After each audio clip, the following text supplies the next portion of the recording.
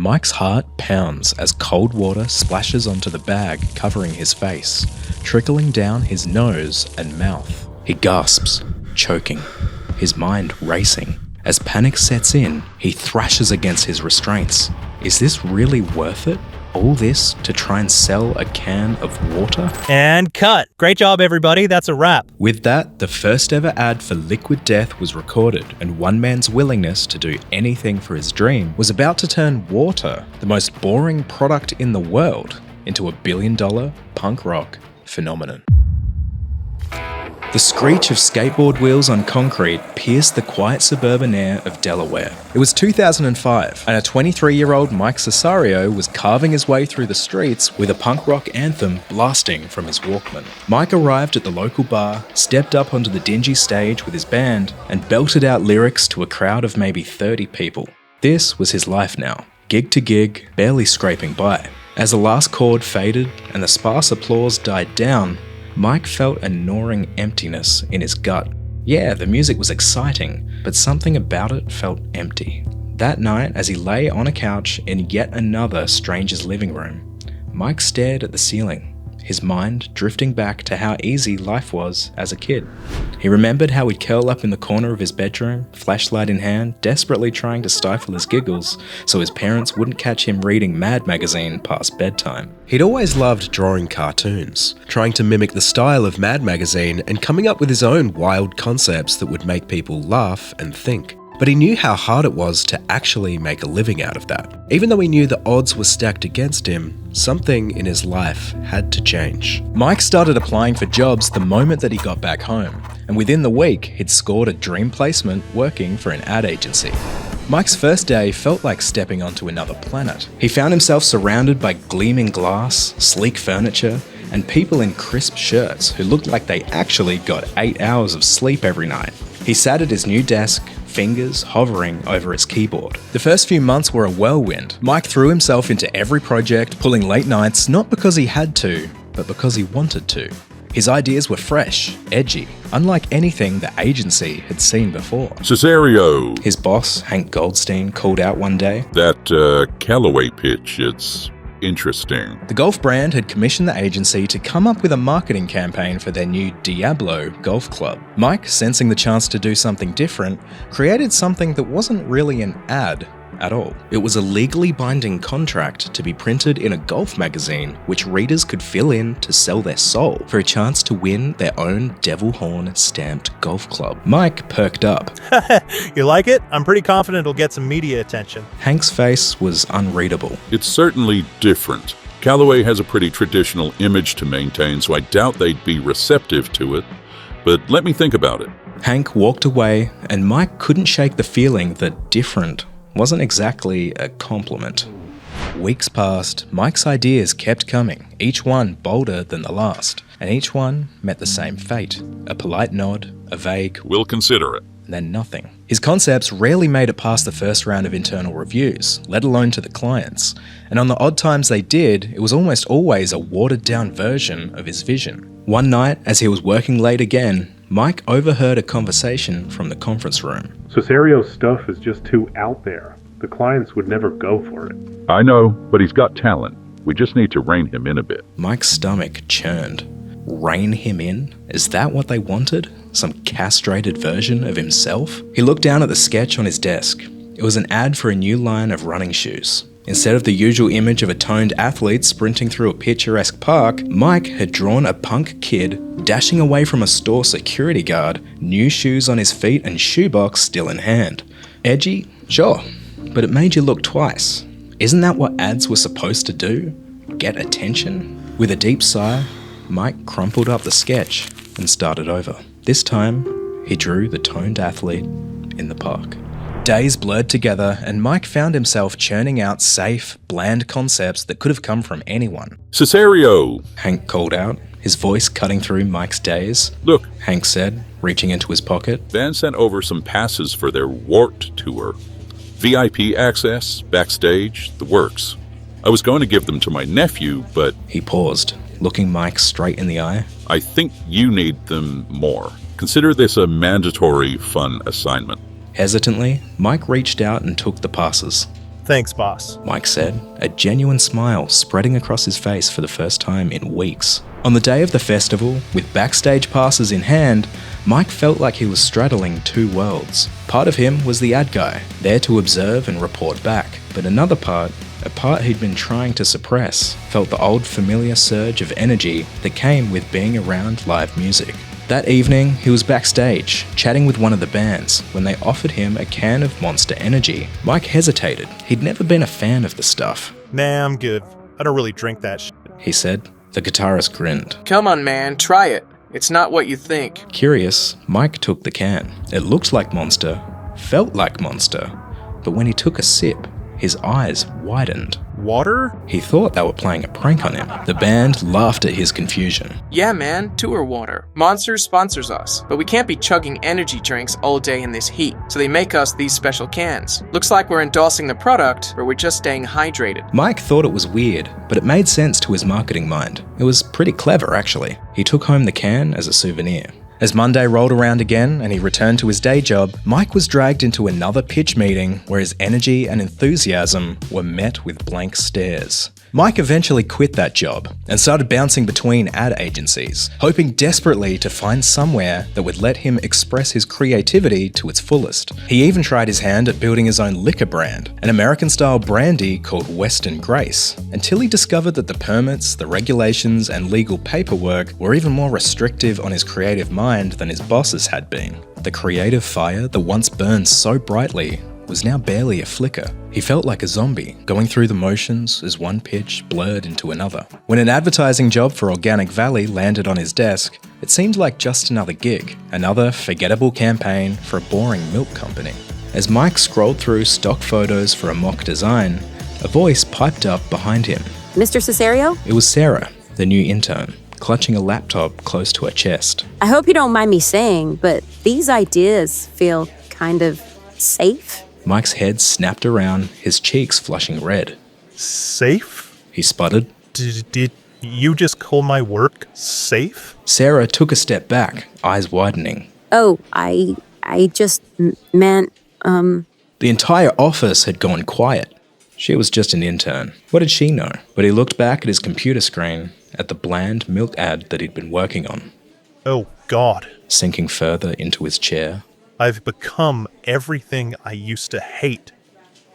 Mike's fingers hovered over the keyboard. Then, with renewed determination, he deleted everything he'd done so far. Safe, huh? We'll see about that. As he started to brainstorm, something unexpected happened. Crazy, anything but safe ideas started flowing. Mike found himself chuckling, his excitement growing with each passing minute. Sure, the client probably wouldn't sign off on any of them, but for the first time in years, Mike didn't care. He was having fun. The result was Save the Bros, a hilarious off-the-wall campaign that poked fun at fitness culture while promoting Organic Valley's new protein shake range. As Mike watched the final cut of the video, he felt something that he hadn't felt in years. Genuine excitement. At Organic Valley, we have a plan to save the bros. It's called Organic Fuel. It's a recovery shake with 26 grams of the protein that bros love, but none of the synthetic junk. Bros don't need to know that it's organic or made with real milk from pasture-raised cows.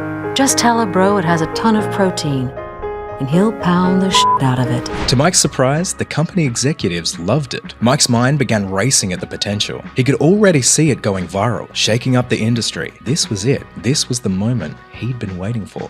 But Organic Valley was a co-op, and the farmers had a say in the company's direction. Sorry, Mike, we can't run this. One of the marketing execs told Mike, his face apologetic. The farmers, they just don't think it represents the brand properly. Mike felt like he'd been punched in the gut. But it's perfect. He argued. It's funny, it's memorable, it'll get people talking about Organic Valley. But his protests fell on deaf ears. The campaign was shelved. Yet again, people who had no idea about marketing wanted to play it safe, too scared to try anything new. That night, Mike grabbed a craft beer, sat down, and stared at his computer screen. The unlisted YouTube link for the Save the Bros video taunted him. Whether it was liquid confidence or Mike's despair, perhaps a bit of both, a sudden thought tugged at his mind. What if I just made it public?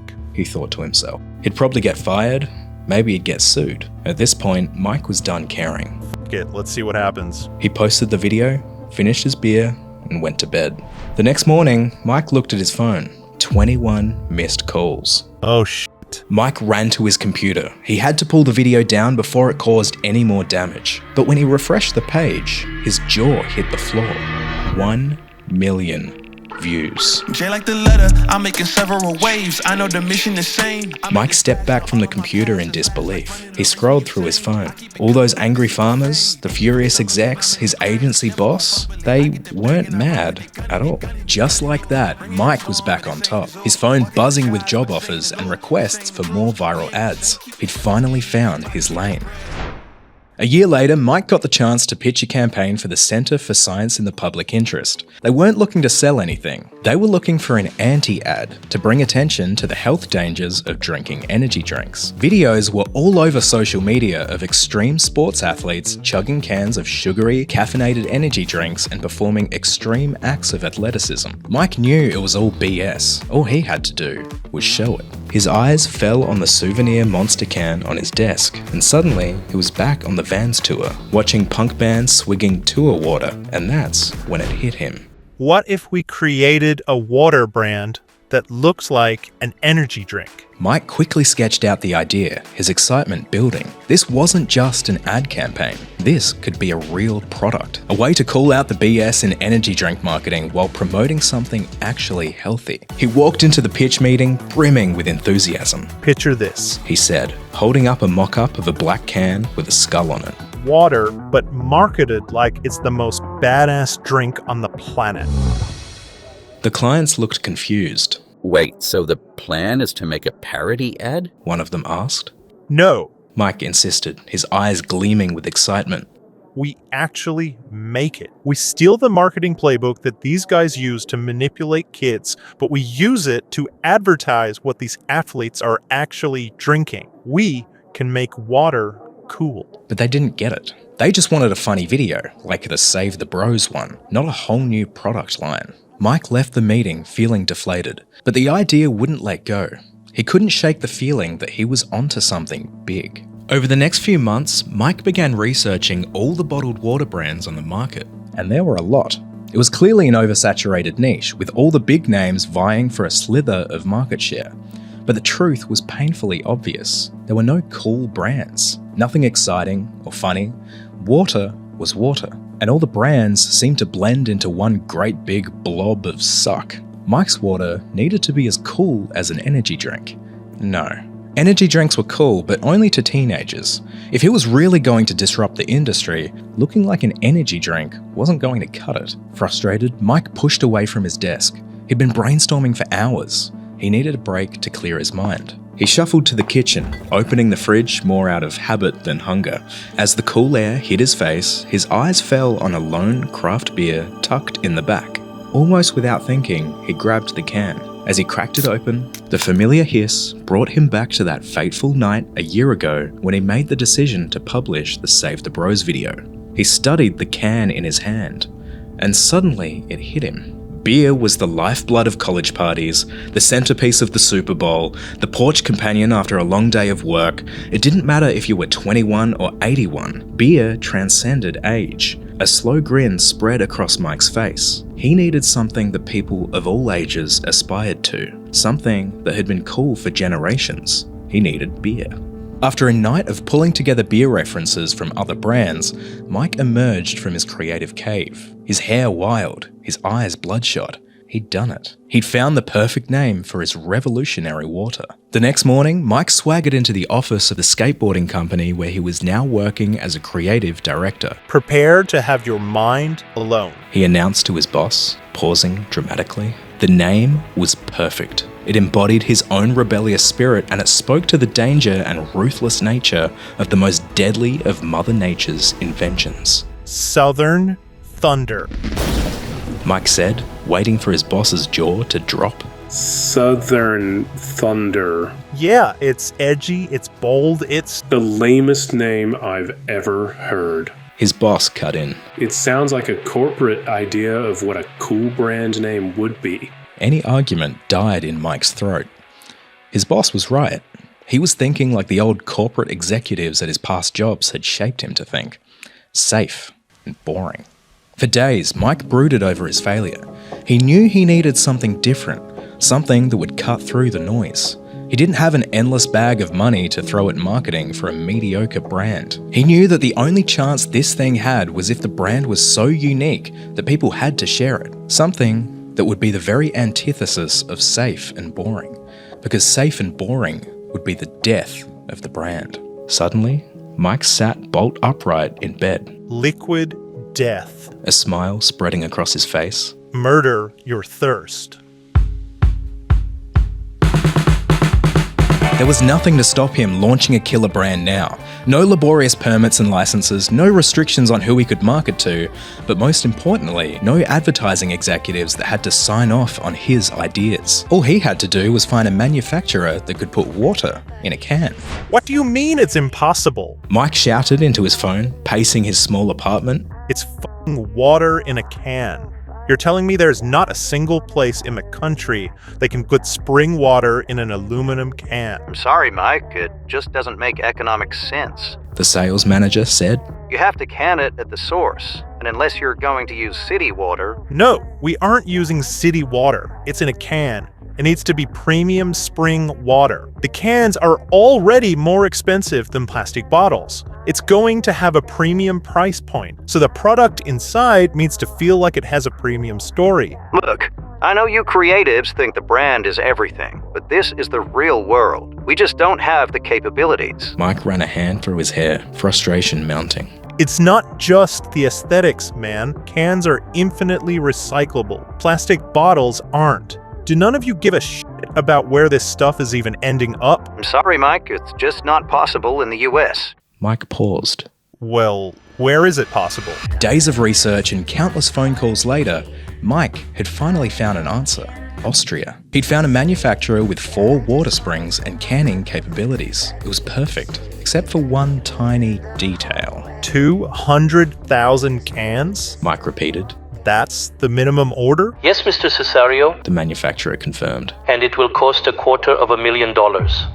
Mike's heart sank. $250,000. That was much more than he'd been able to save while bouncing between ad agencies. He needed to raise some serious money, and that meant proving the concept, showing that people would actually buy water in a beer can. Mike needed to make an ad, this time with full creative control. He wrote the script in a night, hired a local actress online, and he set the shoot date for that weekend. As the sun rose on the Saturday morning shoot, Mike stood in his garage, a bag over his head and his hands taped together. He was leaning awkwardly over a makeshift plank, trying not to lose his balance. Honey, are you sure about this? His wife Carly called from behind the camera. I mean, I know you're committed to your ideas, but this seems a little extreme. Mike's muffled voice came from beneath the bag. Trust me, it'll be hilarious. Just make sure you get my good side. Just then, the doorbell rang. Carly set down the camera and went to answer it. She returned a moment later with a young woman in tow who stopped dead in her tracks at the sight before her. I'm here for the commercial shoot? The actress said, hesitantly, her eyes darting between Carly and the bagged figure of Mike. I think I might have the wrong address. Mike attempted to turn towards the voice, nearly toppling over in the process. No, you're in the right place. I'm Mike, the director, he said, his voice still muffled. Sorry about the unusual welcome. The actress looked at Carly, who shrugged apologetically. Welcome to Liquid Death. There was a moment of silence, then all 3 of them burst into laughter. They were about to fake torture to sell water. Mike had only been able to afford a few hours with the actress, but they filmed as many takes as they could. When they were finished, Carly edited together the final draft of the first ever Liquid Death ad. Hi, I'm a professional actor, and I'm getting paid to tell you about a revolutionary new product. Hold on to your hot dogs, because I got news. Water isn't cute. Water is deadly. It kills innocent surfers and snowboarders and kayakers. Every year, water is responsible for thousands and thousands of deaths. And that's why this brand needs to exist. To finally give water the ice-cold can and ice-cold name it deserves. A brand that parents will hate, but kids might love. Liquid death, mountain water. Made from the deadliest stuff on Earth. With the video complete, Mike launched an Indiegogo campaign, and he held his breath. This was it. If people loved it, he'd have the proof of concept he needed to attract investors. If they hated it, well, he tried not to think about that. Mike refreshed the campaign page obsessively, watching the numbers tick up slowly. Too slowly. By the end of the campaign, he'd only raised $1,500. It was enough to cover the cost of making the ad, but nowhere near the $250,000 he needed. Had he gone too far? Was the concept too weird, too niche? Maybe people just didn't get it. Maybe this is a sign. Mike muttered one evening, slumped on the couch next to Carly. Go back to a normal job? Normal ideas? Carly looked at him, a mix of concern and determination in her eyes. No way, she said. This idea is too good to give up on. We just need to get it in front of more people. Her words struck a chord.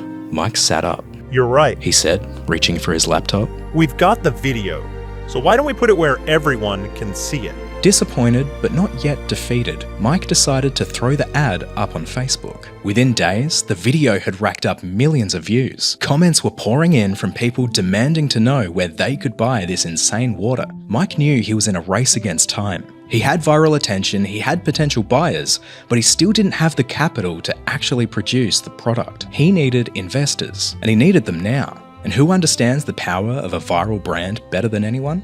Marketing executives. The very people who had shot his ideas down for years might just be the key to bringing Liquid Death to life. Swallowing his pride, Mike started reaching out to every marketing exec he'd worked with over the years. The first few meetings seemed to go pretty well, but not well enough. Mike needed someone to actually open their wallet. He checked his calendar, and when he saw who the next meeting was with, he felt a lump in his throat. It was Hank Goldstein, the same boss who hadn't believed in his sell your soul idea for Callaway. As Mike arrived and looked around the boardroom he'd sat in so many times before, he braced himself for yet another rejection. He pitched Liquid Death in a daze, and he sat back down. Hank just sat there staring back at him. The silence stretched, and Mike automatically filled the air. Look, I know you didn't believe in my ideas back then. He started awkwardly, his voice shaking. Hank cut him off.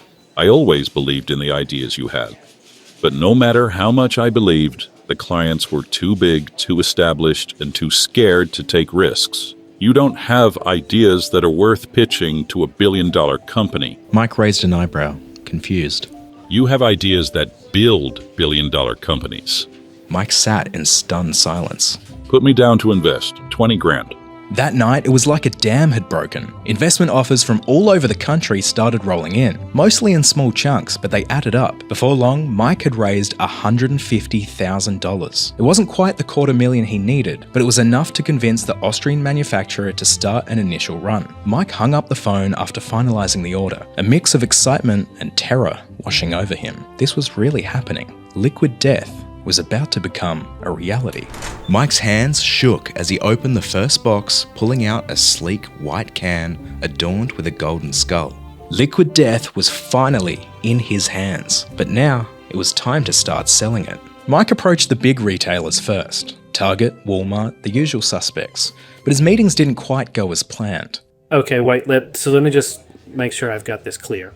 You want us to stock water that looks like beer and is called Liquid Death? A Target executive asked, eyebrows raised. Walmart's response was similar.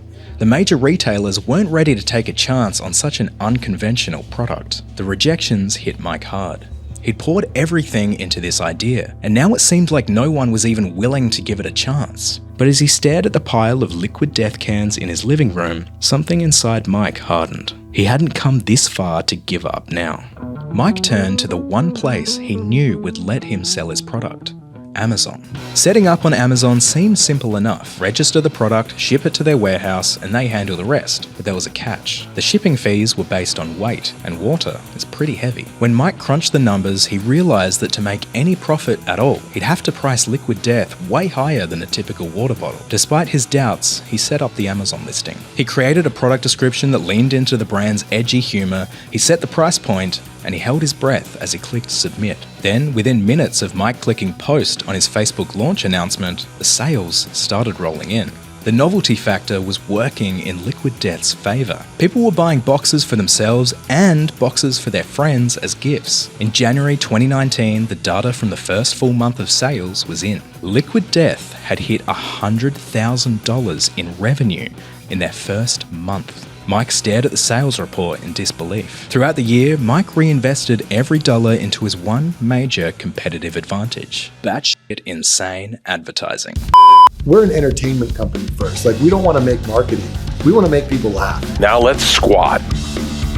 1. Oh. 2. Go to liquiddeath.com to get skateboards with my blood in it. Because even though I'm into getting my... Hi, I'm Martha Stewart. And I am partnering with Liquid Death to launch my very own Glory Hole.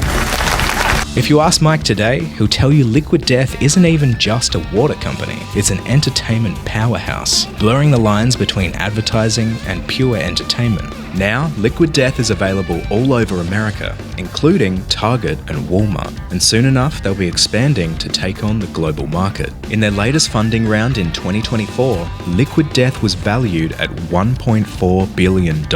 Mike Cessario has successfully pulled off one of the most punk rock middle fingers to corporate culture of all time. He's taken the most boring product imaginable and turned it into a counterculture icon that rivals the biggest brands in the industry. And he did it all his way.